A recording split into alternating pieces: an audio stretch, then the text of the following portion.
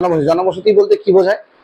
জনবসতি হচ্ছে কোনো একটা রিসোর্সকে কেন্দ্র করে, যে কোনো জায়গায় রিসোর্স হতে পারে, সেটা রিসোর্সকে কেন্দ্র করে বা কোনো জায়গাকে কেন্দ্র করে মানুষ যখন একসঙ্গে সংঘবদ্ধ হয়ে বসবাস করে তখন তাকে বলা হয় জনবসতি। একদম সিম্পল, এটা নিয়ে কোনো আমাদের আর ঝামেলা নেই। নর্মাল লিখেছে, দেখ কোনো স্থানে বা এলাকায় মানুষ বসবাস করাকে বসতি বলে, এটা নিয়ে কোনো অসুবিধা নেই। এবার বসতির যে ক্লাসিফিকেশন, বসতি কত রকমের আমাদের সিলেবাসের মধ্যে যেটা আছে, যত রকম ভাবে বসতিকে ক্লাসিফিকেশন আছে সেটা সিলেবাসের মধ্যে আছে। তার সাথে আমার সিলেবাসের মধ্যে কি কি আছে, জনবসতির সৃষ্টি হওয়ার কারণ, জনবসতির কত রকমের ক্লাসিফিকেশন, এবং তার সাথে সাথে প্যাটার্ন। এটা সবচেয়ে বেশি ইম্পর্টেন্ট হচ্ছে এই পার্টটা। একটা হচ্ছে রুরাল এবং আরবান পপুলেশন। এই রুরাল আরবান পপুলেশন মানে রুরাল আরবান জনবসতি আছে, মানে গ্রামীণ জনবসতি আছে এবং নগরীয় জনবসতি আছে। এই গ্রামীণ জনবসতি এবং নগরীয় জনবসতির প্যাটার্ন মানে কিভাবে গঠিত হয়েছে এবং তার ক্লাসিফিকেশন মানে শ্রেণীবিভাগ, দুটো কিন্তু আলাদা জিনিস। আমরা আস্তে আস্তে যেটা জানতে পারবো যে ব্যাপারটা কি জিনিস। অতএব সবার আগে জানতে হবে যে মানবীয় ভূগোলের জনবসতিটাকে পড়ে কেন। দেখ, মানবীয় ভূগোল যখন পড়েছে, মানে যখন আমরা প্রথম থেকে ভূগোল পড়া স্টার্ট করি, ভূগোলে কিন্তু একদম প্রাথমিক ভাবে দেখবি আমরা যদি বলা হয় ভূগোল কি জিনিস, দেখবি সবসময় বলবে কি পাহাড়, নদী, খাল, বিল, এইসব নিয়েই তো আলোচনা ভূগোলে। কিন্তু কখনো তুই দেখবি না যে ভূগোলে হট করে কাউকে জিজ্ঞাসা করলে কেউ বলে মানুষ নিয়ে আলোচনা করে, জায়গা নিয়ে আলোচনা, এরকম কেউ বলে না। কিন্তু ভূগোলের একটা টাইমের পরে কিন্তু এগুলো নিয়ে আলোচনাটাই স্টার্ট হয়েছে। কি বললাম, কথা বোঝা গেল? কি নিয়ে আলোচনা স্টার্ট হয়েছে? দেখ, দু রকমের ভূগোল আমাদের আছে। একটা হচ্ছে পরিমাণগত দিককে আলোচনা করে, মানে যেটাতে হিসেব করা যায়, ক্যালকুলেশন করা যায়, সূত্র তৈরি করা যায়, ফর্মুলা বানানো যায়, এটা নিয়ে কাজ করে। আর একটা জিনিস কাজ করে কি, সেটা হচ্ছে এই পার্টটা, যেখানে মানুষ কি করে সূত্র নিয়ে কাজ করে না, সেখানে মানুষ কি নিয়ে কাজ করে, সেখানে মানুষ কাজ করে কোয়ালিটেটিভ অ্যানালাইসিস নিয়ে, অর্থাৎ দোষ গুণ নিয়ে। এগুলো কিন্তু মেজার করা যাবে না, এগুলো কিন্তু যদি মেজার করিস তাহলে কিন্তু পাবি না। যদি তখনই মানবীয় ভূগোলের পার্টটা আসলো, যখন কার্ল রিটার আসলেন, এসে বললেন যে ভূগোলের কেন্দ্রে আমি মানুষকে দিয়ে আসবো, সেন্টারে নিয়ে আসবো। এখন মডার্ন জিওগ্রাফিতে কিন্তু কার্ল রিটার, আলেকজান্ডার ভন হাম্বোল্ট, এরাই হচ্ছে মেন ভূগোলকে চালাচ্ছে। আগে কিন্তু এরকম ধরনের ব্যাপারটা ছিল না। আগে কিন্তু সব ক্যালকুলেশন বেসড, মানে এটা হলে এটা হয়, এটা হলে এটা হয়, এটা হলে এটা হয়, ব্যাস, এর বাইরে তুমি বেরোতেই পারবা না। কিন্তু ভালো করে ভেবে দেখ, কোনো একটা জায়গা, ধর আমি মনে করলাম পৃথিবী একটা গ্রহ, মঙ্গল একটা গ্রহ, কি বল, মঙ্গল গ্রহের খবর কতজন রাখে? নিশ্চয়ই কেউ রাখে না। কেন মঙ্গল গ্রহের খবর রাখে না? মঙ্গল গ্রহে কিন্তু মানুষ নেই। স্পেস আছে কিন্তু, ভালো করে বলি, জায়গা আছে, পাহাড় আছে, পর্বত আছে, সবই আছে, কিন্তু মঙ্গল গ্রহে মানুষ নেই। তাহলে মানুষ কি করেছে? মানুষ কিন্তু কালচারের একটা দুনিয়া বানিয়েছে, বাড়ি ঘর, রাস্তাঘাট, বসতির প্যাটার্ন, যা খুশি ইচ্ছা বানিয়েছে। হিউম্যান জিওগ্রাফির কাজই হচ্ছে এই পার্টটাকে আলোচনা করা, যেখানে মানুষকে তুই সেন্টারে এনে আলোচনা করছিস। মানুষ কি করছে, মানুষ কিভাবে কাজ করে, মানুষের কিভাবে থাকা উচিত, টোটালটা তারই একটা পার্ট হিসাবে কিন্তু জনবসতি এসছে। পপুলেশন জিওগ্রাফি যেমন একটা আছে, জনসংখ্যা ভূগোল, যেটা আমরা আগে পড়েছি, আর এটা একটা জনবসতি ভূগোল, তারই একটা পার্ট। এই জনবসতি ভূগোল মানে সেটেলমেন্ট, বা সেটেলমেন্ট শব্দ যদি ইংরেজিতে প্রয়োগ করিস, যদি হিসেব বরাবর করে দেওয়া, কারোর সাথে ঠিকঠাক করে দেওয়া, সেটেলমেন্ট করে দেওয়া, এরকম একটা ব্যাপার। সেটেলমেন্ট মানে তুই একটা জায়গায় বসতি স্থাপন করে ফেলেছিস, কেন তুই ওখানেই করবি? অন্যায় করতে পারতি, গঙ্গার পাশে আমি কেন বসতি স্থাপন করবো? আমি মরুভূমিতে কি করবো? এবার যারা মরুভূমিতে আছে তারা কেন মরুভূমিতেই আছে তো মরুভূমিতে, এমন তো নয়। ধর মরুভূমিতে আশেপাশে কোনজন, রাজস্থানের কোনো লোকজনই থাকে না, এমন তো নয়, প্রচুর লোকজন থাকে। তাহলে কেন তারা ওখানেই আছে? বা যারা নদীর পাশে আছে তারা নদীর পাশে আছে কেন? বা প্রতি বছর প্রচুর পরিমাণে লোকজনকে দেখা যায় এক্সোডাস, মানে এক জায়গা থেকে জায়গায় পালিয়ে যাচ্ছে, বন্যা হলে চলে যাচ্ছে, আবার সেই জায়গা থেকে ফিরে আসছে। কেনই বা এটা হচ্ছে? এই গোটা বিষয়টা কিন্তু অ্যানালাইজ কিন্তু এই জনবসতি করে। এই জন্য দেখ, জনবসতি যখন ক্লাসিফিকেশন করছে, একদম দেখ পার্মানেন্সির উপরে দুটো ভাগে ভাগ করছে। দেখ, বলছে একটা পার্মানেন্ট জনবসতি বা স্থায়ী জনবসতি, পার্মানেন্ট জনবসতি বা স্থায়ী জনবসতি, আর একটাকে কি বলা হচ্ছে অস্থায়ী বা ইমপারমানেন্ট। ইমপারমানেন্ট যেমন, স্থায়ী মানে কি? যেমন দেখ, আমরা এখানে রয়েছি, দেখ আমাদের এখানে কিন্তু সবাই স্থায়ী জনবসতি, এখানে কিন্তু কেউ সরবে না। কিন্তু আমি একটু কি বললাম, গঙ্গার পাশে যখন কোনো জনবসতি হচ্ছে, সেখানে কি জনবসতি স্থায়ী হবে? বর্ষা আসলে, বৃষ্টি হলে, বন্যা হলেই লোকজন পালিয়ে যাবে ওখান থেকে। বা যেখানে ধর একটা সময় ভয়ঙ্কর তোর হচ্ছে তুষারপাত হয়, সে তুষারপাত হলে সেখানকার লোকজন থাকতে পারবে না, সেখান থেকে সরে যেতে হবে। যে কোনো কারণের জন্য মানুষকে কিন্তু সরতে হবে, আর সরলে পরে তখন সেটা হয়ে যাবে অস্থায়ী জনবসতি। এটা নর্মাল ক্লাসিফিকেশন।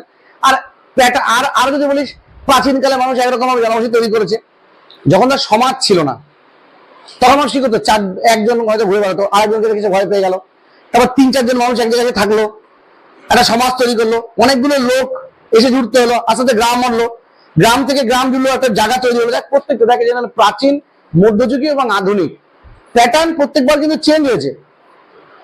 এই যে নগর বা গ্রাম, এই প্যাটার্নটা কেন আসলো? নগর আর গ্রামের প্যাটার্নটা তো এই কারণে আসলো যে দুটো জায়গায় কিন্তু জনবসতি আলাদা।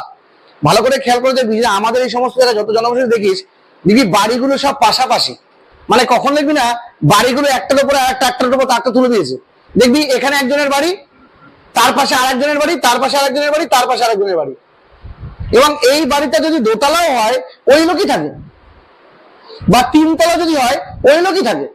কিন্তু তুই শহরাঞ্চলে এরকম ব্যাপারটা তুই কত দেখতে পাবি? শহরাঞ্চলে কিন্তু এরকম হবে না। কেন? এইটাকে বলে হরাইজন্টাল ইন্টিগ্রেশন, অর্থাৎ তুই যতই প্যারালালি যাবি রাস্তার আশেপাশে 1 by 1 বাড়ি ঘর দেখতে পাবি, কিন্তু শহরাঞ্চলে কিন্তু হয় না। শহরাঞ্চলে জায়গা যেহেতু কম, স্পেসের ভ্যালু অনুযায়ী জায়গার ডিমান্ড তৈরি হয়। তুই আমাদের এই লোকাল এরিয়ার কথা ভেবে নে, সব জায়গার দাম কি সমান? কখনো হবে না। কেন সব জায়গার দাম সমান? মানে জায়গার ইম্পর্টেন্স বা জায়গার ভ্যালু ওই জায়গাটার দামটা ঠিক করে। কেন? এবং মানুষ সেখানে থাকবে কি থাকবে। যাই হোক, আমাদের দেখ পার্মানেন্ট আর নন পার্মানেন্ট, স্থায়ী এবং অস্থায়ী। অস্থায়ী বলতে আমাদের যাযাবরকে বোঝানো হচ্ছে। এবং তাহলে দেখবি আমাদের আশেপাশে দেখবি ঘুরে ঘুরে বেড়ায়, আসবে কিছুদিন থাকবে, স্টেশনের আশেপাশে থাকে, আবার দেখবি সেখান থেকে চলে যায়। এগুলো হচ্ছে অস্থায়ী। আর স্থায়ী মানে কি? যারা আমরা স্টেবিলাইজ, অর্থাৎ আমাদের নিজেদের জায়গা আছে, আমাদের জমি আছে, আমরা কেন এখানে আছি তাও আমরা জানি, সমস্ত কিছু রেসপেক্টে কিন্তু স্থায়ী বসতি হয়। আর এগুলো হচ্ছে প্রাচীন, মধ্যযুগীয়, আধুনিক, মানে কি যেটা মডার্ন বাড়িঘর গুলো যেমন রয়েছে তার নির্দিষ্ট কারণ যে আগেকার দিনের মানুষজন কিন্তু এরকম থাকতো না। আগেকার দিনে প্রথম দিকে যদি একদম প্রাচীন দিকে কল্পনা করিস, মানুষ কিন্তু ভয়ে থাকতো। ওই এক জায়গায় গোষ্ঠীবদ্ধ হয়ে থাকা মানে কি, কেউ কোনো পশু আক্রমণ করে দিল কিনা, একসাথে বন জঙ্গলে শিকার করতে যাবো, একসাথে বন জঙ্গলে কি চাষ করতে যাবো, কি বললাম কথা বলছি। তখন কিন্তু তোর বেঁচে থাকার লড়াইটার থেকেই বসতি স্থাপন করা শুরু করলো। কিন্তু এখন কিন্তু বেঁচে থাকার লড়াই আর নেই, ওই ব্যাপারটা নেই, ভয় পাবো না। এখন তোর সুবিধা কোথায় আছে? তোকে যদি বলা তুই যে জায়গায় থাকিস সেই জায়গায় থাকতে পছন্দ করবি, নাকি তোকে সেম এনভায়রনমেন্ট, সেম টাকা পয়সা, তোকে সমস্ত কিছু ফেসিলিটি দিতে হবে, তোমাকে কলকাতায় থাকতে দেওয়া হলো, সবকিছু অল ওয়েল, তুই কোথায় থাকবি? তুই অবশ্যই কলকাতাকে চয়েস করবি। তুই কোনোদিনই আমাদের একটা গ্রামকে পছন্দ করবি না, যে কেউ পছন্দ করবে না। তার কারণ কি? তুই জানিস যে আমি এখানে যে ফেসিলিটিটা পাই তার থেকে বেটার ফেসিলিটি পেলে আমি কিন্তু ওখানে অনেক কিছু অ্যাচিভ করে ফেলতে পারবো। যে কাজটা করতে আমার 10 দিন টাইম লাগে, সে কাজটা করতে আমার 10 মিনিট টাইম লাগবে, তাহলে আমি কেন ওখানে থাকবো না? তখনই কিন্তু এই ধারাগুলো চেঞ্জ হয়। এই যে প্রাচীন, মধ্যযুগীয়, আধুনিক, এই ধারাগুলো চেঞ্জ হয়, এগুলোতে প্রশ্ন আসে না। এবার দেখ, আকার এবং কাজের ভিত্তিতে যে ক্লাসিফিকেশন করছে, এটা হচ্ছে মূল ভাগ। একটা হচ্ছে রুরাল সেটেলমেন্ট, একটা হচ্ছে আরবান সেটেলমেন্ট। আমি একটু আগে যে কথাটা বলতে বলতে গেলাম যে দেখ, গ্রামের দিকে যখনই তুই দেখবি, এটাকে বলা হচ্ছে হরাইজন্টাল ইন্টিগ্রেশন। হরাইজন্টাল ইন্টিগ্রেশন অর্থাৎ তুই যতই গ্রামের দিকে যাবি, পরপর বাড়িঘর দেখতে দেখবি একটা বাড়ির মালিকানা একজনের কাছেই আছে। মানে তার 2 তলা থাকুক, 3 তলা থাকুক, যা থাকুক, সে তার বাড়িটা জায়গাতে সে আমরা ফুল বাগান লাগিয়ে রেখে দিয়েছে। যাই করুক না কেন, রাস্তার পাশে ওনার বাড়িটা একাই, একটা। পাশের বাড়িতে যাবি দেখবি লোক আলাদা, তার পাশের বাড়ি যাবি লোক আলাদা। কিন্তু শহরে কিন্তু এই স্ট্রাকচারটা খাটবে না। কেন? আমি একটু আগে তোকে উদাহরণটা দিলাম।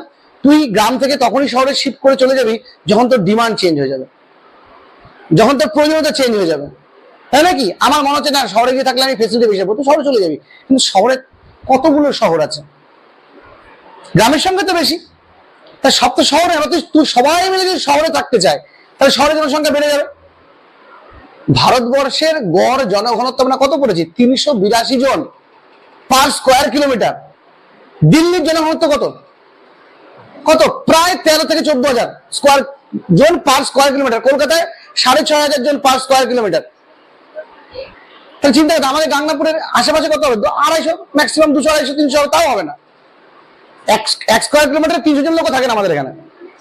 কিন্তু তুই ভালো করে ভেবে দেখ যে যেখানে দিল্লি বা কলকাতার মতো লোকে এক স্কোয়ার কিলোমিটারে কত লোক থাকছে, তারপরে সেখানে মানে কি হচ্ছে, সেখানে কিন্তু এই হরাইজন্টাল ইন্টিগ্রেশন হচ্ছে না, সেখান থেকে এটা হচ্ছে, তাকে বলা হচ্ছে ভার্টিক্যাল ইন্টিগ্রেশন। অর্থাৎ শুধুমাত্র হরাইজন্টাল ইন্টিগ্রেশন নেই, এই প্রত্যেক তলাতে অসংখ্য লোক থাকে। দেখবি শপিং কমপ্লেক্স বলে, আমরা কি বলি শপিং মল, ভালো করে বুঝবি। ওরা বলে শপিং কমপ্লেক্স। কমপ্লেক্স মানে কি, সেখানে একটা শপিং মল নেই, প্রচুর শপিং মল এক জায়গায় মিলে যখন তৈরি করে তখন তাকে বলে কমপ্লেক্স। আমরা কি কলকাতা বাজার, কলকাতা শপিং মলে যাবো বাজার করতে, শপিং মল মানে একটা ইন্ডিভিজুয়াল। এরকম যদি 10-20টা শপিং মল যদি এক জায়গায় থাকে তখন তাকে শপিং কমপ্লেক্স বলবে। দেখি বলে সোসাইটি বলে, ওরা ওয়ার্ডটা ইউজ করে সোসাইটি। সোসাইটি মানে কি, ওই একটা ফ্ল্যাট মিলে সোসাইটি হয় না। ধর ওখানে 40-50 খানা ফ্ল্যাট বানিয়েছে, প্রত্যেকটা ফ্ল্যাটে 30-40টা করে ফ্যামিলি আছে পার ফ্ল্যাটে।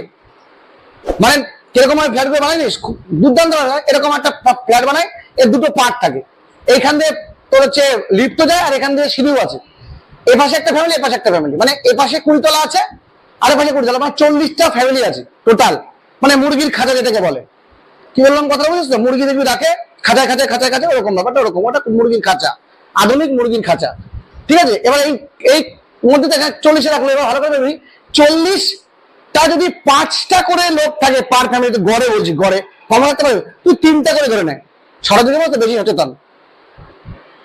একটা মা বাবা ছেলে, না মা বাবা ছেলে মেয়ে, 3টে বা 4টে, তাহলে 40 খানা ফ্যামিলিতে যদি 3খানা করে ধরিস, 120টা লোক, এইটুকুনি স্কোয়ার ফুট যার মধ্যে 120টা লোক আছে। আর আমাদের ঠিক ওইটুকু স্কোয়ার ফুটের মধ্যে 2জন লোক, 3জন লোক, মেরে কেটে 5জন লোক, তাহলে কোথায় 120 আর কোথায় 5? তাহলে কারণ কি, দেখ সেটেলমেন্টের প্যাটার্নটাই, দেখতেই সেটেলমেন্ট চেঞ্জ হয়ে যাবে। তুই যখন ফেসিলিটি মানে বাবা কি বড় বড় বাড়ি ঘর, তোর কথা না বাবা রাস্তাঘাট কোথায় গেছে থাকবে, এখান থেকে যা করে চলে যায়। শহরে এরকমই হয়, শহরে যদি কখনো ঘুরতে যাস, তুই যদি কোনো কিছু না চিনিস, রাস্তাঘাট না চিনিস, তুই চেষ্টা করবি পট করে কাজটা মিলে পট করে বাড়ি চলে যাবো, বেশি ঘোরাঘুরির দরকার নেই। আর যারা চেনে তারা তো সব জায়গায় ঘুরে বেড়াচ্ছে, ফেসিলিটি আছে। এবার এইখানে এরকম একটা বানালো, এরকম আরেকটা বানালো, এরকম আরেকটা বানালো, এরকম আরেকটা বানালো, টাওয়ার, বড় বড় টাওয়ার। এইখানে এই টাওয়ারটা মাঝে যেটাকে বলছে, তখন হচ্ছে কিন্তু সোসাইটি তৈরি হয়। এবং এইটুকুনি জায়গার মধ্যে এটাতে 120টা ফ্যামিলি আছে, এখানকার সাপোজ 20খানা টাওয়ার আছে, টোটাল 20টা টাওয়ার, এরকমই হয়।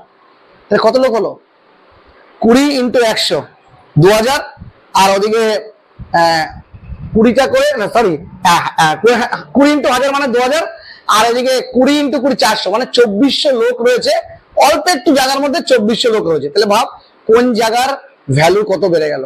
কেন উদাহরণ করে দিচ্ছি, রুরাল সোসাইটি আর আরবান সোসাইটি কেমন চেঞ্জ, গোটা বিষয়টা কেমন চেঞ্জ হয়ে গেল। এবার দেখ এইখান থেকে শুরু হলো আসল আমাদের সেটেলমেন্টের খেলা। কি বলছে দেখ, গ্রাম এবং, তাহলে গ্রাম বলতে কি হবে, গ্রাম এবং শহরের বেসিক ডিফারেন্সটা আমাকে আগে বুঝতে হবে। যদি অ্যাকর্ডিং টু সেন্সাস আমি গ্রাম আর শহরের কথাতে যাই, আরবান পপুলেশন অনুযায়ী, দেখবি একটা সংজ্ঞা পুরো ক্লিয়ার, যে দুটো জায়গার মধ্যে দেখ সংজ্ঞার প্যাটার্নটা এক, শুধু কথাগুলো বদলে যাবে। কিরকম, গ্রাম হতে গেলে নাম্বার 1 যে বৈশিষ্ট্য হতে হবে সেটা হচ্ছে কৃষিভিত্তিক অর্থনীতি হতে হবে। মানে অর্থাৎ প্রথম শ্রেণীর অর্থনৈতিক কার্যকলাপে, প্রাইমারি ইকোনমিক অ্যাক্টিভিটি, শুধুমাত্র আমি বলছি কৃষিভিত্তিক অর্থনীতি মানে কৃষির সাথে প্রাইমারি ইকোনমিক অ্যাক্টিভিটি হলেই হলো, প্রাইমারি ইকোনমিক অ্যাক্টিভিটির সাথে যুক্ত থাকতে হবে। এবং এটা কত পার্সেন্ট যুক্ত থাকতে হবে, 75% লোক যদি কোন জায়গায় প্রাইমারি ইকোনমিক অ্যাক্টিভিটির সাথে যুক্ত থাকে, প্রথম বৈশিষ্ট্য। কিন্তু যখনই এটা তুই শহরের জনবসতিতে যাবি তখন কিন্তু এটা হবে না। প্রথম শ্রেণী ব্যতীত যে কোনো জায়গায় যুক্ত থাকতে পারে, কিন্তু প্রথম শ্রেণীতে 75% হবে না। প্রথম শ্রেণীর অর্থনৈতিক কার্যকলাপে যুক্ত লোকের সংখ্যা 75% হলে তাকে গ্রামই বলবে। কি বললাম মনে করলো। আর একই রকম ভাবে কোন একটা জায়গায় জনসংখ্যা যদি 75% অকৃষি কাজের সাথে যুক্ত থাকে, অকৃষি কাজ বলতে চাষ ব্যতীত যে কোনো কাজ হতে পারে, সেটা সেকেন্ডারি কোন শ্রমিক শিল্প কারখানায় কাজ করতে পারে, কে নিজের শিল্প রাখতে পারে, কারো একটা ছোট দোকান থাকতে পারে, ভালো করে বুঝবি, কিন্তু চাষ করে না। চাষ বই তো কেউ তার দোকানে নিয়ে কম্পিউটার দোকান বসিয়েছে, সেটা হতে পারে, সার্ভিস দিচ্ছে, সেটা হতে পারে, কিন্তু কখনোই সেটা চাষ হবে না। চাষ ছাড়া যত অ্যাক্টিভিটি আছে, যেমন আমাদের যে বর্তমান যে এরিয়া, তাহলে আমাদের এরিয়া কি গ্রাম বলবো? আমাদের এখানে কিন্তু গ্রাম বলতে পারবো না আমরা। কেন গ্রাম বলতে পারবো না? কারণ আমাদের এখানকার 75% লোক কিন্তু অকৃষিকাজে যুক্ত আমাদের এখানে, আর 75% যদি কৃষিকাজে যতদিন যুক্ত ছিল তখন আমাদের জায়গাটা ছিল গ্রাম। এখন কিন্তু সেন্সাস টাউন, এখন কিন্তু সেন্সাস টাউন। অর্থাৎ আমাদের এখানে কিন্তু মনে রাখতে হবে যে গ্রাম আর শহরের মধ্যে কিন্তু মূল কাঠামোর মূল পার্থক্যটা কিন্তু এখানে করতে হবে। এবার দেখ এইখানে যে ছোট কোশ্চেন আছে, আসলে কি কোশ্চেন আসবে, এই যে ওয়ার্ডটাকে মনে রাখতে হবে, 75% কৃষিকাজে যুক্ত কৃষিভিত্তিক অর্থনীতি, আর 75% হচ্ছে অকৃষিভিত্তিক অর্থনীতি। এইটা আমাকে কিন্তু গ্রাম এবং শহরের মধ্যে পার্থক্য মনে রাখতে হবে। এবার গ্রামের ক্ষেত্রে একটা ছোট্ট সংজ্ঞা আছে, গ্রামের ক্ষেত্রে সবচেয়ে ক্ষুদ্রতম ইউনিট, ধর আমি গ্রামকে হিসাব করছি, ধর বললাম গ্রামকে হিসাব করবো, আমি দেখি বাড়িতে মাপতে আসে আমিনরা একটা ম্যাপ নিয়ে মাপে না, তুমি খুব ছোট ছোট ছোট ছোট ভাগ করা, ওই ম্যাপটাকে কি বলা হয়? ওই ম্যাপটাকে বলা হয় মৌজা ম্যাপ। দেখবি ওখানে লেখা থাকে, ম্যাপের পাশে দেখবি লেখা থাকে JL নাম্বার, এরকম লেখা থাকে 193, 175, আমাদের এটা মানে 175 এটা, ঠিক আছে। JL নাম্বার মানে জুরিসডিকশন লিস্ট নাম্বার, আসতে পারে বলা যায় না মৌজা ম্যাপের JL নাম্বারের মানে কি। JL নাম্বার মানে হচ্ছে জুরিসডিকশন লিস্ট নাম্বার, অর্থাৎ তুই যেখানে জায়গাটা কাজ করছিস সেই সেই এরিয়াটার নাম্বারটা কত, কত নাম্বারে তুই কাজ করছিস। কি বললাম, কথাটা বোঝা গেল? জুরিসডিকশন, তার মধ্যে তুই প্লটগুলো ছোট ছোট ছোট ছোট করে ভাগ করা আছে। কি বললাম, কথাটা বোঝা গেছে? এটা যে জুরিসডিকশন লিস্ট নাম্বার। এবার দেখ তাহলে গ্রামের সবচেয়ে ক্ষুদ্রতম একক কি হলো, সেটা হচ্ছে মৌজা, যেটা নিয়ে কাজ করছে। একটা গ্রামে কিন্তু অনেক মানে দলটা আমাদের যে যদি একটা বলে পঞ্চায়েত এরিয়া, পঞ্চায়েত এরিয়াতে কিন্তু অনেকগুলো মৌজা ম্যাপ আছে, ছোট ছোট ছোট ছোট মৌজা ম্যাপ, গোপীনগর মৌজা, বাগাডাঙ্গা মৌজা, গাংনাপুর মৌজা, দেবগ্রাম মৌজা, এরকম মৌজা ভাগ করা আছে। মৌজাটা হচ্ছে গ্রামের ক্ষুদ্রতম প্রশাসনিক একক। দেখ, নির্দিষ্ট সীমানা ও JL নম্বরযুক্ত ক্ষুদ্রতম প্রশাসনিক একক। তাহলে পরীক্ষার সময় প্রশ্ন আসতে পারে কি, গ্রামীণ জনবসতির ক্ষুদ্রতম প্রশাসনিক এককের নাম কি? উত্তর হচ্ছে মৌজা। JL নম্বরের ফুল ফর্ম কি বললাম, কি জুরিসডিকশন লিস্ট নাম্বার। তাহলে গ্রাম তো আমি বুঝে গেলাম, এখানে আরেকটা আছে কি, সেন্সাস গ্রাম। দেখ এখানে লিখেছে সেন্সাস গ্রাম। সেন্সাস গ্রাম কি জিনিস? গ্রাম বলছে কি, নির্দিষ্ট সীমা থাকতে হবে, জনসংখ্যা ন্যূনতম 500 জন হতে হবে, এবং পুরুষ কর্মীদের অন্তত পক্ষে 75% কৃষিকাজে যুক্ত হবে। এটা সেন্সাস গ্রামের সংজ্ঞা। কিন্তু যদি সেন্সাস গ্রাম হয়, অর্থাৎ সেন্সাস যদি ভিলেজ হয়, তাহলে সেন্সাস টাউনও তো হতে পারে, যেটা আমাদের কথা বলছি। গাংনাপুর হচ্ছে সেন্সাস টাউন, গাংনাপুরের পাশে কিন্তু লেখা থাকে সিটি, গাংনাপুরের পাশে লেখা থাকে সিটি, সিটি মানে সেন্সাস টাউন। সেন্সাস টাউনের বৈশিষ্ট্য কি, ঠিক এর উল্টো, জনসংখ্যা গ্রেটার দ্যান 5000, 5000 জন জনসংখ্যা থাকতেই হবে, মিনিমাম 5000 জন, 5000 বেড়ে রাখতে হবে। গেল মিনিমাম 5000, 75% লোক অকৃষিকাজে যুক্ত থাকবে, অর্থাৎ কৃষিকাজ। কিন্তু প্রশাসন যে ব্যবস্থাটা আছে, প্রশাসন ব্যবস্থা কিন্তু পঞ্চায়েত, ভালো করে বুঝতে হবে। সেন্সাস টাউনের ক্ষেত্রে এটা অবশ্যই পঞ্চায়েতে আছে, কিন্তু সেন্সাস টাউনের ক্ষেত্রেও কিন্তু 1 নম্বর কি বললাম, 75% লোক অকৃষিকাজে যুক্ত। 2 নম্বর পয়েন্ট আমি কি বললাম, জনসংখ্যা গ্রেটার দ্যান 5000 এটা হতে হবে, এবং প্রতি স্কয়ার 5000 এর মধ্যে, মানে শহর বা সেন্সাস টাউন তো শহরই, জনসংখ্যা উইদিন 5000 এর মধ্যে থাকবে। আমাদের তো 75,000 হয়ে গেছে, তাহলে টাউন বলছি, আমরা শহর বলছি। শহর তো বলছে, টাউন মানে কি, সেন্সাস টাউন তো শহরই তো বলছে, বলছে না গ্রাম। তোমাকে বললাম এই যে ভিলেজ, জনসংখ্যা 5000 এর কম হয়ে গেল ভিলেজ, একদম 5000 এর কম, জনসংখ্যা 5000 এর বেশি। যখনই সেন্সাস টাউনের কথা বলছে, 5000 জন জনসংখ্যা হচ্ছে 75% প্রতি স্কোয়ার কিলোমিটারে জনসংখ্যা লিখেন, এটা প্রতি স্কোয়ার কিলোমিটারে গড়ে 400 জন লোক থাকতে হবে, গড়ে এরকম একটা গড়ে 400 জন লোক থাকতে হবে গেল। এবং 75% অকৃষিকাজে পেলাম, 500 গ্রেটার দ্যান 5000 জন লোক পেলাম, গড়ে 400 জন পার স্কোয়ার কিলোমিটার লোক পেলাম। তার সাথে একটা পেলাম কি, আমি এবার তার সাথে আরেকটা পয়েন্ট আমি কি পেলাম, তার সাথে আরেকটা পয়েন্ট পেলাম, এখানে কিন্তু এইটা পঞ্চায়েত বা লোকাল স্থায়ী প্রশাসনের হাতে চলবে, পঞ্চায়েত থাকবে, গভর্নিং বডি পঞ্চায়েত থাকবে। কিন্তু দেখো, যেই মুহূর্তে সেন্সাস থেকে আমি সেন্সাস কথাটা উড়িয়ে দিয়ে শুধুমাত্র টাউন লিখবো, তখন কিন্তু এই সংজ্ঞাটা চেঞ্জ হয়ে যাবে। কেন?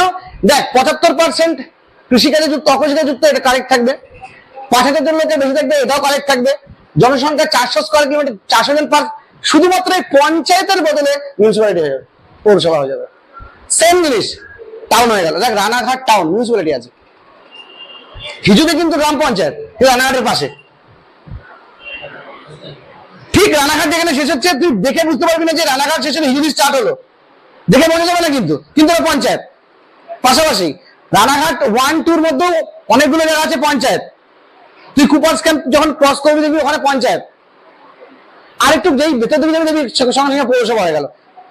টোটাল ক্যাটাগরিটা ভাগ করা আছে। এবার আরেকটা আছে দেখ সেন্সাস টাউন যেমন বললাম, আর একটা দেখ কুপার স্ক্যাম। কুপার স্ক্যামকে আমরা কি বলি? বলি টাউন, বলি নোটিফাইড এরিয়া। কুপার স্ক্যামকে আমরা কি বলি? Notified, Cooper's notified area. তা কুপার্সের কি বৈশিষ্ট্য? কুপার্সের সমস্ত বৈশিষ্ট্য হচ্ছে তোর গ্রামের মতো, কিন্তু এইখানটা চেঞ্জ আছে। স্ট্যাচুটরি বডিতে এখানে কি আছে? স্ট্যাচুটরি টাউনে এইখানটা পঞ্চায়েত নেই, এখানে যদি কুপার্স মিউনিসিপ্যালিটি আছে। কুপার্স কিন্তু পৌরসভার মধ্যে আছে। যদি সমস্ত আমাদের এখানে যে জনসংখ্যা 5,000-এর বেশি, 75% লোক অকৃষিকাজে যুক্ত, গড়ে 400 জন পার স্কোয়ার কিলোমিটার লোকজন থাকে, কিন্তু একটা জিনিসের চেঞ্জ আছে, এখানে পঞ্চায়েত নেই। যেই পঞ্চায়েতের জায়গায় তুই মিউনিসিপ্যালিটি বসিয়ে দিবি, সঙ্গে সঙ্গে এটা কিন্তু স্ট্যাচুটরি টাউন বা স্ট্যাচুটরি বডি বা নোটিফাইড এরিয়া এরকম ধরনের জিনিসে হয়ে যায়। এটা যেটা আমরা ক্লাসিফিকেশন করবো যে গ্রামীণ জনবসতি বা জনবসতির যে ক্যারেক্টারিস্টিক্স কতটুকু হতে পারে। দেখ জনবসতি technically is of two type, দুটো টাইপের হয়। একটাকে বলা হচ্ছে গোষ্ঠীবদ্ধ জনবসতি, একটাকে বলা হচ্ছে ডিসপার্স বা বিচ্ছিন্ন জনবসতি। দেখ গোষ্ঠীবদ্ধ এবং জনবসতি মানে কি? গোষ্ঠীবদ্ধ যারা ঘনসংখ্যা বিশিষ্ট, তার কোনো একটা নির্দিষ্ট পয়েন্টকে কেন্দ্র করে জনবসতি হচ্ছে। ধর এই জায়গাটাতে ভালো স্কুল আছে, ভালো হাসপাতাল আছে, ভালো তোর হচ্ছে ব্যাংক আছে, রেল লাইন আছে, তুই ভালো বাজার আছে, এবং তার ফলে কি তুই এই জায়গাটাকে কেন্দ্র করে কিন্তু এক জায়গায় বসবাস শুরু করবি। এইটা যদি তুই পুরনো দিনে ফিরে যাস, এইটা কি ছিল? কোনো জলাশয়কে কেন্দ্র করে থাকতে পারতো, কোনো কৃষিভূমিকে কেন্দ্র করে থাকতে পারতো, কোনো নদীকে কেন্দ্র করে থাকতে পারতো। কি বললাম বুঝলি? মানে তোর নিজস্ব কোনো কারণের জন্য তুই যখন থাকছিস, তখন নিজস্ব কারণের জন্য যখন এই ধরনের জনবসতি গুলো গড়ে ওঠে, সেই জনবসতি গুলোকে বলা হয় কম্প্যাক্ট। মানুষ কম্প্যাক্ট হয়ে থাকে। কিন্তু যেখানে ফেসিলিটি পাওয়া যাচ্ছে না, সেখানে কি হবে? সেখানে কি লোক থাকবে না? সেখানে লোক থাকে, কিন্তু কম থাকে, ছড়িয়ে ছিটিয়ে থাকে। কিরকম? ধর এখানে একটু সুবিধা আছে, তার জন্য এখানে লোকজন থাকলো, আবার এখানে একটু সুবিধা আছে, এখানে একটু লোকজন থাকলো। কিন্তু আমাদের এখানে কি গোটাটাই এক জায়গায় আছে? এখানে টোটালটার মধ্যে তুই যেখানে যে কোনো জায়গায় যাবি, জাংনাপুরের আশেপাশে তাকিয়ে দেখবি দোকান, চারিদিকে দোকান বাজার সব, পুলিশ থানা আছে, স্কুল আছে, তোর কলেজ হয়তো নেই, রেল লাইন রয়েছে, পোস্ট অফিস রয়েছে, ব্যাংক রয়েছে, হাসপাতাল রয়েছে, সব এক জায়গায় রয়েছে। ফলে কি যে মানুষ চাইছে কি এইখানেই যে থাকি, টপ করে ফেসিলিটি পেয়ে যাবো। এবার যদি কোনো ভবিষ্যতে কোনোদিন কলেজ হয়ে যায়, ভবিষ্যতে কোনোদিন ধর হচ্ছে পলিটেকনিক কলেজ হয়ে গেল, বড় বড় কলেজ, তাহলে তো ফেসিলিটি আরো বেড়ে যাবে। তাহলে ধর শপিং মল হয়ে গেল, আস্তে আস্তে জায়গাটা কিন্তু পুরো স্ট্রাকচার কিন্তু চেঞ্জ হয়ে যাবে। রেল লাইন ডবল হয়ে গেল, ডবল লাইন রেল লাইন বিরাট কথা চলছে, ডবল লাইন হয়ে গেল, জায়গাটার মানে ভ্যালুয়েশনই চেঞ্জ হয়ে যাবে, জায়গাটাই চেঞ্জ হয়ে যাবে।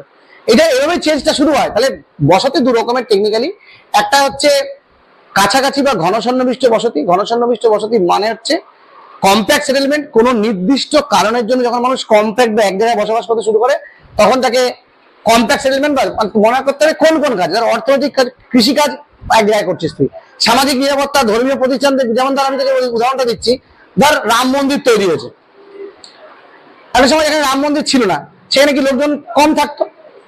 যখন রাম মন্দির তৈরি, তার সাথে আশেপাশে অনেক দোকান পাচার হ্যাড্ডা তৈরি হয়ে গেছে, একটা ইকোনমি রান করতে শুরু করে দিয়েছে, লোকজন ব্যবসা করে খাচ্ছে। তাহলে ওই প্রতিষ্ঠানটাকে কেন্দ্র করে আরো উদাহরণ ছেড়ে দে, মায়াপুর ধরে, মায়াপুরে তুই মন্দিরটাকে ছেড়ে দে, মন্দিরটাকে ডিলিট করে দে, কে থাকবে? নবদ্বীপ থেকে তুই ডিলিট করে দে, কে থাকবে? কেউ থাকবে না, কেউ থাকবে না। কে নদী পার করে, কে ওখানে তৈরি হয়েছে ধর্মীয় কারণের জন্য। আমি কি বললাম? কোন একটি নির্দিষ্ট উদ্দেশ্যকে কেন্দ্র করে যখন মানুষ তার চারিপাশে বসবাস করতে শুরু করে। রানাঘাট জংশন, এই জন্য রানাঘাট হিট সমস্ত স্তরে। এই জন্য রানাঘাটের পাইকারি মার্কেটটা বেশি ভালো চলে। কেন? চারিদিক থেকে মানুষ আছে, ফ্লাইং মানুষ। তুই হয়তো আজকে ওই দোকান থেকে কিনলি, কালকে তুই ওই দোকান থেকে নাও কিনতে পারিস, কিনে নিয়ে চলে যাচ্ছিস সঙ্গে সঙ্গে। দাদা এক প্যাকেট বিস্কুট দাও, ও দাদা এক প্যাকেট, একটা কেক প্যাকেট দাও। তুই ওই দোকান থেকে একবার দিচ্ছিস, পরে কবে নিবি তুই জানিস না। কিন্তু এই ফ্লাইং কাস্টমার প্রচুর আছে, এই জন্য রানাঘাট হিট হচ্ছে মেন কারণ। যে কোনো কারণে তুই পূর্ব দিনের কথা ভেবে দেখ, যখন নদীর পাশে মানুষ বসবাস করে, তখন কোন কারণে থাকতো? উর্বর জমি হবে, মৎস্য মারবো, খাইবো সুখে, এরকম একটা ব্যাপার ছিল। নদীতে একটুখানি নৌকা করে জীবিকা নির্বাহ করবো, তুই চাষ করলি, তোর পশুপালন করলি। দেখ আগেকার দিনে কনসেপ্ট। এবার তখন তুই আস্তে করে নিচে যখন আমাদের এখনকার পর্যায়ে আসলো, নদীর পাশে শিল্প তৈরি হলো, শিল্পের জন্য মানুষ ওখানে গিয়ে বসবাস করছে, ভালো করে চটকল, পাটকল, কাগজ কল সব দেখবি নদীর আশেপাশ দিয়ে রয়েছে। এবার তুই কোনো খনি অঞ্চলে মানুষ কি করতো? আগে জানতো না খনি অঞ্চল, লোকে থাকতোই না। এখন কি করছে? যেখান থেকে খনিজ উত্তোলন হচ্ছে সেখানে মানুষের আশেপাশে থাকতে হচ্ছে, কারণ খনি উত্তোলন হচ্ছে। কাজের জন্য সেখানে যুক্ত হচ্ছে। যে কোনো কারণে মানুষ কিন্তু কম্প্যাক্ট হয়ে থাকার প্রবণতা দেখাবে, আর তখনই তৈরি হবে কম্প্যাক্ট বা। এবার এই পয়েন্টের হিসাবে আমরা দুটো জিনিস পড়বো। আরেকটা যে আমরা পড়েছিলাম যে গ্রাম যখন পড়লাম, গ্রামের যেমন ছোট্ট ক্ষুদ্র প্রশাসনিক এলাকা আমরা পড়েছি, তাই কি বলা হচ্ছে, মৌজা বলেছি। তাহলে ক্ষুদ্রতম গ্রাম, একদম ক্ষুদ্রতম গ্রাম, সেই গ্রামকে কি বলা হয়? উত্তর হচ্ছে হ্যামলেট। ক্ষুদ্রতম গ্রামের নাম হচ্ছে হ্যামলেট। আমাদের এখানে দেখতে পাবি না, দেখবি পাহাড়ের ভ্যালির মধ্যে ছোট্ট একটা গ্রাম, দেখতে সেই লাগে, ছবি টবি তুলতে যায় লোকজন, চারদিক দিয়ে পাহাড়ে গ্রাম, মধ্যে ছোট্ট একটা গ্রাম রয়েছে হ্যামলেট, বিচ্ছিন্ন গ্রাম। তাই লেখা আছে কোন একটা জায়গায়, মূল গ্রাম থেকে বিচ্ছিন্ন, 6 জায়গায় লিখে দিয়েছে, মূল গ্রাম থেকে বিচ্ছিন্ন ছোট তোলা পাড়া মাজরা। ভালো করে ভেবে দেখ, নাম বলছে কুমোর পাড়ার গরুর গাড়ি, পাড়া কুমারটুলি, টোলাটুলি। যে সমস্ত নামের পেছনে টোলা, তুলি, পাড়া এই সমস্ত জিনিসগুলো যুক্ত থাকতে পারবে, সেই সমস্ত জায়গাগুলোকে হ্যামলেট বলা হয়। আমাদের এখানে ফ্যাসিলিটির জন্য কুমারটুলিতে প্রচুর পরিমাণে তোর হচ্ছে ঠাকুর তৈরি হয়, মূর্তি তৈরি হয়, এই জন্য কুমারটুলিটা হিট হয়ে গেছে। এখন তো কলকাতা আশেপাশে এখন প্রচুর লোকজন থাকে, কিন্তু অতীতের কথা ভেবে নেয়। যেমন আমি তোকে বলছি, যদি তুই অন্ধ্রপ্রদেশে আরাকু ভ্যালিতে যাস, ওই সমস্ত জায়গাতে আছে পাপড়ু ভ্যালেসা, কোট্টাওয়ালাসা, এইসব জায়গাগুলো সব হ্যামলেট, বিচ্ছিন্ন গ্রাম। মানে একটা বৃহৎ গ্রাম আছে, তার থেকে অনেক দূরে ছোট্ট একটা গ্রাম আছে, কিন্তু এইটুকুনি পেরে তো তোর দিন কাভার হয়ে যাবে। পাহাড় পর্বত নদী খাল বিল পার করে গিয়ে তুই হচ্ছে এই জায়গাটা পাচ্ছিস, কিন্তু মূল গ্রাম থেকে কিন্তু বিচ্ছিন্ন। এটা কিন্তু মূল গ্রাম, ধর আমাদের মধ্যে গাংনাপুরের মতো জায়গা, তার থেকে বিচ্ছিন্ন ভেতরে অনেক দূর ভেতরে ছোট্ট গ্রাম, 8-10টা ফ্যামিলি নিয়ে হয়তো একটা গ্রাম রয়েছে। তাহলে তাদের অনেক চাপ। ফলে এবার এটা আমাদের গেল। এবার দেখ এই রেসপেক্টে আমরা আরেকটা কি পড়বো, আমরা কি পড়বো, সেটা হচ্ছে এই গ্রাম তো গড়ে উঠলো, ফেসিলিটিস এর কথা বললাম। এই ফেসিলিটিস কিন্তু দুটো ক্যাটাগরিতে সেটেলমেন্টকে তৈরি করে। একটাকে বলা হচ্ছে ওয়েট পয়েন্ট সেটেলমেন্ট, একটাকে বলা হচ্ছে dry point settlement. Wet point একটা শুষ্ক বিন্দু, একটা বলা হচ্ছে আর্দ্র বিন্দু। তাহলে শুষ্ক বিন্দু যেন শুধু কি ভালো করে বুঝবি, শুষ্ক বিন্দু মানে কি, মানে আমি এমন একটা জায়গায় বসবাস করব যেখানটা ড্রাই। আবার আরেকজন কি বলছে, আমি এমন একটা জায়গায় বসবাস করব যেখানে জল থাকবে। দুটো মানুষই আছে। তাহলে তুই শুষ্ক কেন খুঁজছিস? তুই শুষ্ক এই কারণে খুঁজছিস, তুই প্রতিদিন জলে ডুবে যাস। তাই রেল লাইনের আশেপাশে যে বলা হয় যে রেলের আশেপাশে যে বাড়িঘরগুলো সব ভেঙে দিচ্ছে, তাহলে হঠাৎ করে মানুষ এই রেলের আশেপাশে থাকতে শুরু করলো কেন? মনে রাখবি, রাস্তার আশেপাশে, মেন রাস্তার আশেপাশে বা রেলের আশেপাশে যে জায়গাগুলো থাকে, সেই জায়গাগুলোর উচ্চতা আশেপাশের থেকে উঁচু হয়। কেন? এবার বলবি কেন, উত্তরটা কেন? তাই তো, এটা তো হওয়া উচিত না। আমাদের জায়গা নিচু, রেল সবসময় উঁচু হবে, এটা কেন উঁচু হবে? যদি বাই চান্স কোনো বিকট পরিস্থিতি তৈরি হয়, গভর্নমেন্ট তোর কাছে পৌঁছবে কি করে? ত্রাণ তো তোকে দিতে হবে। তোর বাড়ি ডুবে গেলে জলে, বা কোন এক জায়গা থেকে অ্যাটাক করে দিয়েছে, তোরা বিচ্ছিন্ন হয়ে গেছিস, তা মানুষ তোর কাছে লোকাল প্রশাসন পৌঁছাবে কি করে? আইদার ট্রেনে পৌঁছবে অথবা রাস্তায় পৌঁছাবে। যদি এই দুটো না অ্যাক্সেসিবল করতে পারে, তখন এয়ার লিফট হবে। কিন্তু প্রথমে গভর্নমেন্ট চেষ্টা করে আগে ট্রেন তাকে। শুষ্ক বিন্দু জনবসতি যেটা বললাম, মানুষ তাহলে ফেস করেছে কি বন্যা, মানুষ ফেস করেছে অসহায়তা। তখন মানুষ কি করেছে, এমন একটা জায়গাতে যেতে চেয়েছে যেখানে কিন্তু উঁচু জায়গা। দেখেছো, নিম্ন জলাভূমি, এখানে মানুষ থাকতে পারে কি ডুবে যাবে, তখন মানুষ চেষ্টা করবে কি উঁচু জায়গাতে যাবে। এই যে উচ্চ জায়গাটা, এই জায়গাটাকে বলা হচ্ছে শুষ্ক বিন্দু জনবসতি। এই ছবিটা থেকে মনে হতে পারে যে কিরকম নিচু জায়গা, মানে কি, যে জায়গাটা ক্রমাগত ডেপ্রাইভ, যে জায়গাটা জলাভূমি, যে জায়গাটা বছরের 12 মাসের মধ্যে 9 মাসই জল থাকে, কিন্তু জায়গাটাতে কোনো কারণে আমি থেকে গেছি,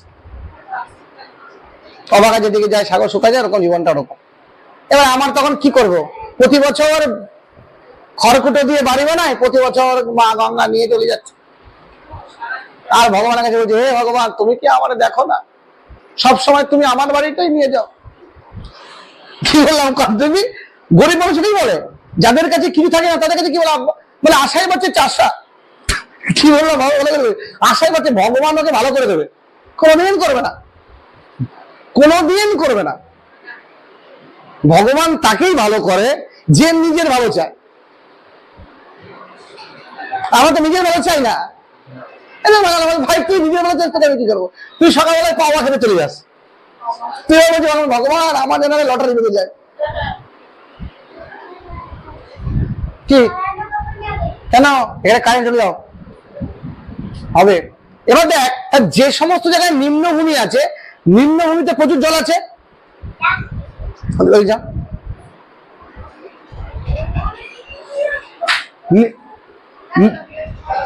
নিম্নভূমিতে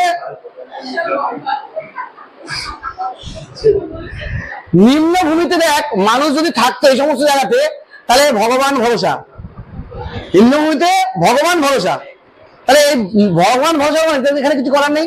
তখন এই লোকজন কি করছে, পার্মানেন্টলি শিফট হতে যাচ্ছে এই পয়েন্টটাতে, যে পয়েন্টটা থেকে আমি থাকতে পারবো, যে পয়েন্টটা থেকে আমি থাকতে পারবো। তাহলে আমি এইখানে বসতি স্থাপন করলাম, তাহলে এই পয়েন্টটাকে কি বলবো, এই জায়গাটাকে জল ছিল, জলে আমি থাকতে পারলাম না, তাহলে এই জায়গাটা সবসময় ড্রাই থাকছে। মনে রাখতে হবে ওয়ার্ডটাকে বলা হচ্ছে ড্রাই পয়েন্ট সেটেলমেন্ট। যে পয়েন্টটাতে বছরের সবসময় শুষ্ক থাকছে, যে পয়েন্টটাতে বছরের সবসময় জলহীন থাকছে, এবং আমি অন্তত অ্যাটলিস্ট আমার যাই খাই চাই না খাই, অন্তত বলতে হবে না যে ভগবান আমি জলের মধ্যে ভেসে গেলাম, এটা অন্তত বলতে হবে না। তখন সেই পয়েন্টটাকে বলা হবে ড্রাই পয়েন্ট সেটেলমেন্ট। একই রকম হবে, উল্টো কাজটা করে দেবো, এইটা এরকম করে দেবো, তো এটাকে এরকম করে দেবো। এবার ধর আমি এখানে আমি জল চাইছিলাম না, আমার জল দরকার নেই, প্রচুর জল আছে, আমার জল দাও প্লিজ, আমার জল দাও। মানে কি, তুই ভালো করে বুঝবি, মরুদ্যানে থরমরুভূমি বা সমস্ত নতুন থাকে, ওখানে কি অবস্থা, কঠিন কন্ডিশন, জলেরই প্রয়োজন। তখন কি করবে, মানুষ বলছে জল কোথায় আছে, জল কোথায় আছে, চল জলের পাশে থাকি। তাই কি হবে, এইটা যে সেই জায়গাটা, যে জায়গাটা প্রচন্ড পরিমাণে আশেপাশে প্রচন্ড পরিমাণে শুষ্ক, জলের অভাব আছে, তাহলে এমন একটা জায়গা রয়েছে যেখানে জলটা পাওয়া যায়, তাহলে মানুষ কি করবে, ওইখানে কি থাকবে। জনবসতি তৈরি হচ্ছে নদীর আশেপাশে হতে পারে এটা, বা মরুভূমির মধ্যে এখানে মরুদ্যান হতে পারে, যেখানে জলটাকে মেন ইম্পর্টেন্ট করা হচ্ছে। আবার এই নদী থেকে লোকজন পালিয়ে যাবে যদি 2-4 বছর বন্যা হয়, তখন আবার এটা খুঁজে বেড়াবে। কি বললাম, কথা বলতে গেল, নদীর পাশে অবশ্যই নদীটা জল, জলকে কেন্দ্র করে আসছে জলবিন্দু। তাহলে আমি এটাকে বললাম যে ড্রাই পয়েন্ট সেটেলমেন্ট, তাহলে এটাকে আমি কি বলবো, এটাকে বলবো wet point settlement. Clear? Dry মানে শুষ্ক, ওয়েট মানে ভেজা, তাহলে ওয়েট পয়েন্ট সেটেলমেন্ট। অর্থাৎ মনে রাখতে হবে আমি এমন জায়গায় থাকবো, মানুষ সবসময় ভালো করে বুঝবি তার সুখ স্বাচ্ছন্দ্যের জন্যই চেষ্টা করে।